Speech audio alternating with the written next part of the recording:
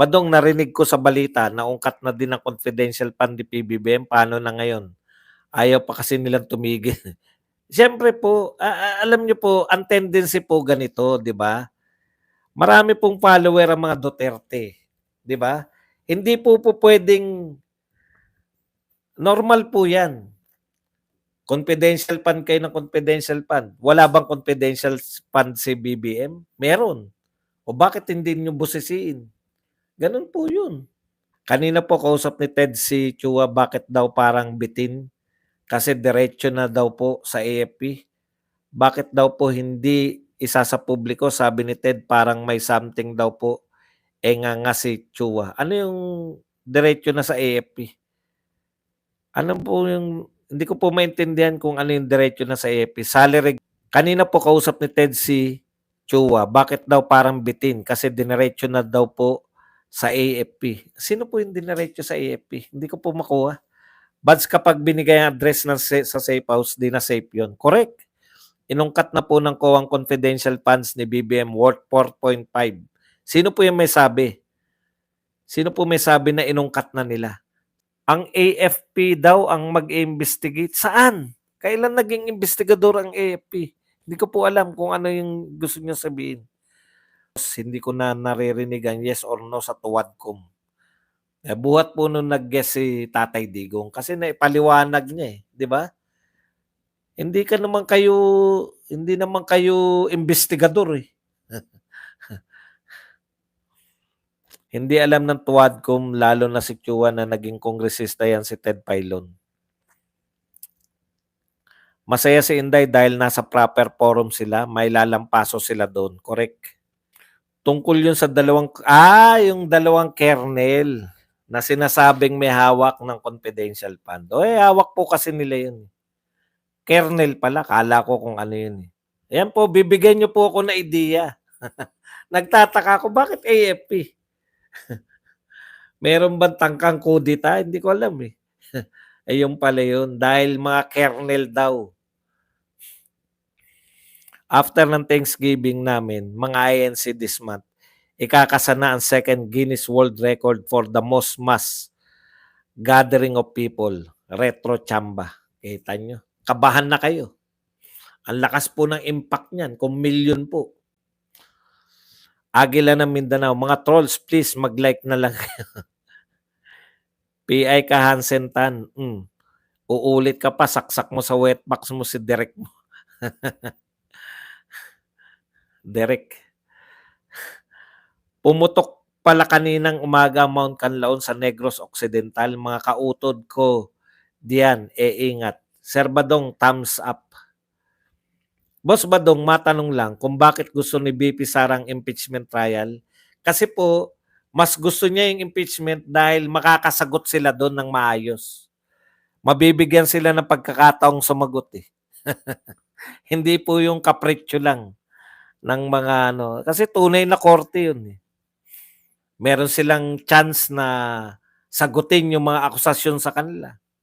Etong mga to, hindi mo alam kung ano inaakusa Lahat yan silang mga naghanap ng subscriber dito, puro mga bugok yan, mga yan. Tignan nyo, kumusta na mga views nila ngayon kumpara kay boss. Agila ng Mindanao, hello. Tinapos ng issue na nakakorap na naman siguro. Yan si Freddy Derek Valera, gumagaya lang yan kay Wally Bayola. Mahirap po talaga pag wala ka originality. Ako nga, hindi ko naman sinasabing original ako rito Pero may mga ginagawa po ako na hindi po ginagawa ng kahit sino. Una, wala akong mga kahit na anong patunog. Ang tawa natin dito ay genuine na tawa. Sa Wadcom, hindi mapagtanggol ni BP Sara sarili niya kasi ayaw nila siya tanungin at pasagutin. Correct? Kawawa naman ang bansa natin. Ang daming problema ng Pilipinas. Diyan na lang ilabas ni BP Inday evidence niya, video at yung USB. Asan na yung nagsasabi na binura nyo ba? Hayaan nyo lang sila para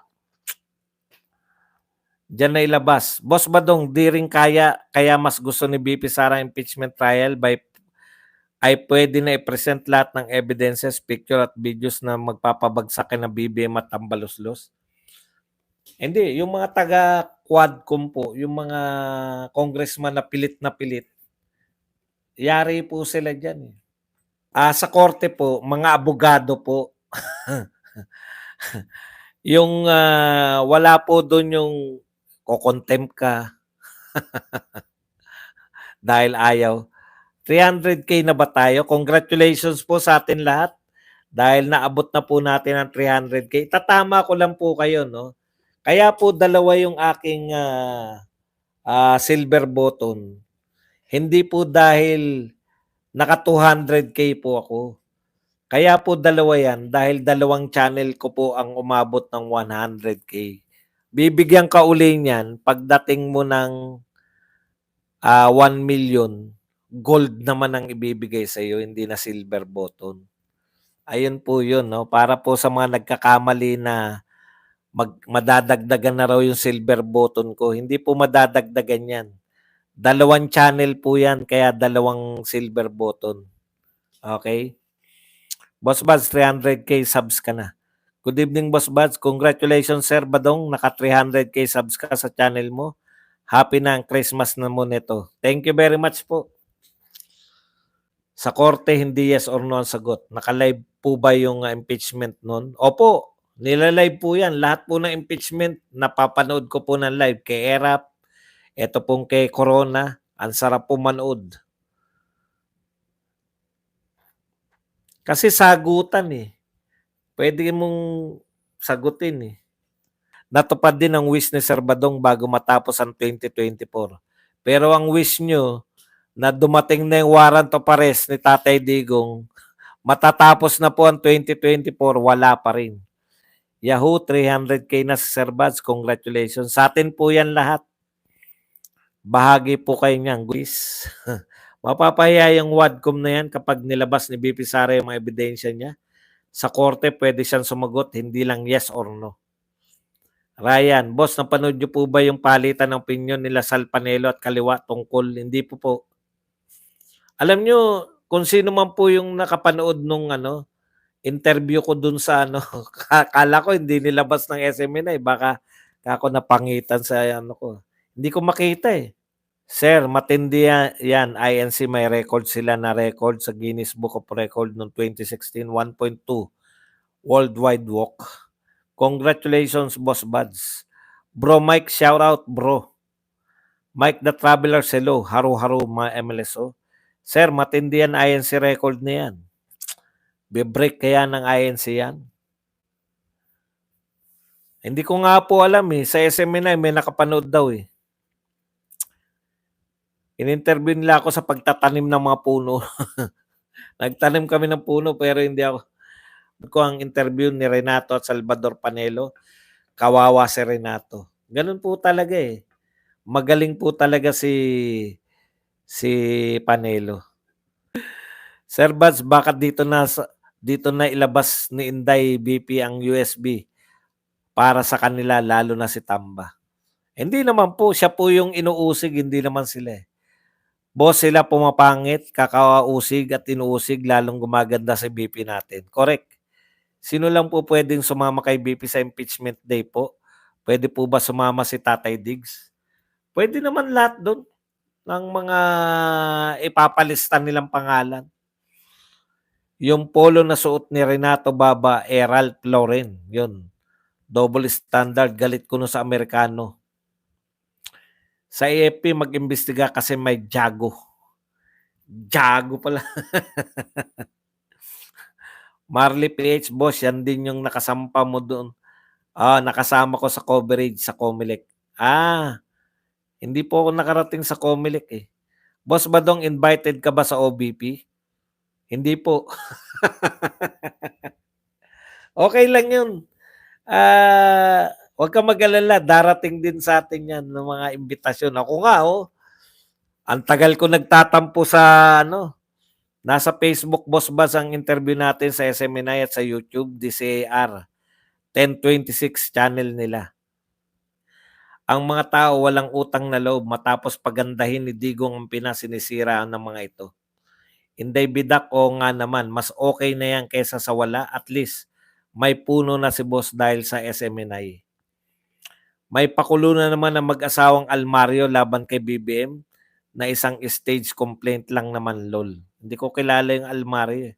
We support attorney BP Inday. Lahat di ka kilala, at least pinapanood ka ni Senator Marcoleta. Correct. At saka si Captain Dado. Captain Dado! Kailan ba tayo magagalit uli? Captain Dado, si JM Morales, yan. Basta number 3 si Senator Batobos, ha? Okay. Number 4 si Senator Bongo. Tatantaran natin yan pag malapit na eleksyon. Sabi mo yan, malakas ka sa akin. Yan.